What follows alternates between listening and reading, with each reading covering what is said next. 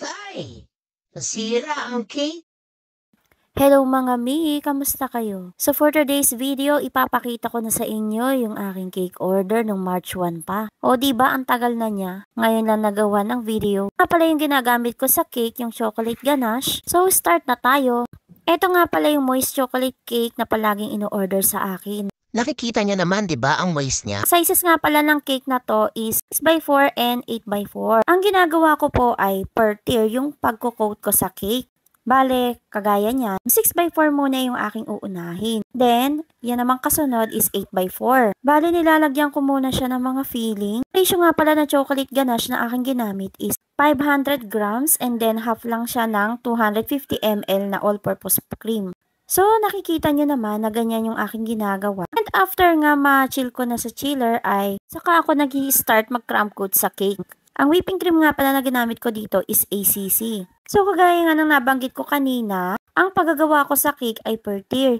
Hindi kasi ako sanay dun sa ginagawa ng iba na ina-assemble na yung cake and then saka naglalagay ng icing. Pero kanya-kanya naman tayo ng mga ways. Saan po tayo komportable ay doon po tayo. And then, andito na nga tayo sa 8x4. Kagaya nga ng kanina. Ganun pa din yung ginagawa ko, ulit-ulit lang, ikot-ikot lang.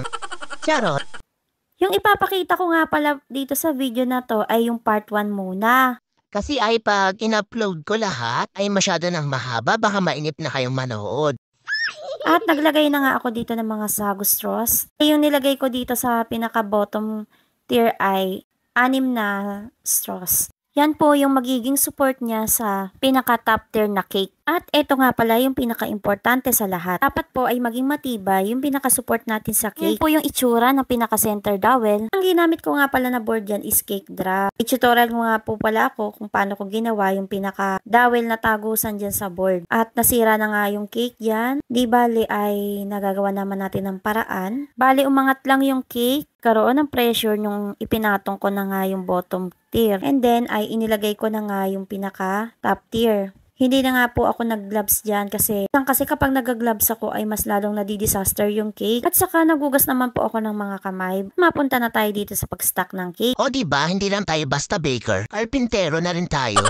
Ganito nga pala yung mga ginagawa ko kahit sa mga naked cakes, sa mga wedding cakes. Kagaya nung kanina, per tier ang paggawa ng cakes. Pero dito, naisipan ko na subukan yung ginagawa na method ng iba na assembled na yung cake and then saka maglalagay ng pinaka-final coating sa cake. Paano ko ba i-explain mga mi? Tingnan nyo na lang. Dati kasi ang ginagawa ko, kinis na siya pareho. Minsan kapag ipapatong ko na sa cake, Ay, delikado pala yon, nagkakaroon ng aberya at nasisira ang cake. so okay din pala yung ganitong technique. Basta ba mayroong plastic scraper ay niguradong hindi tayo mahihirapan sa pagpapakinis ng cake. At eto na nga ay nagtry na nga rin ako mag-drip. Ang ginamit ko nga pala dyan ay whipping cream. Kita nyo naman, diba? Hindi kami bati. Putulin ko na nga pala yung video. Abangan nyo na lang yung part 2. Load ko na lang sa susunod na araw. So hanggang dito na lang mga mi. Thank you so much for watching.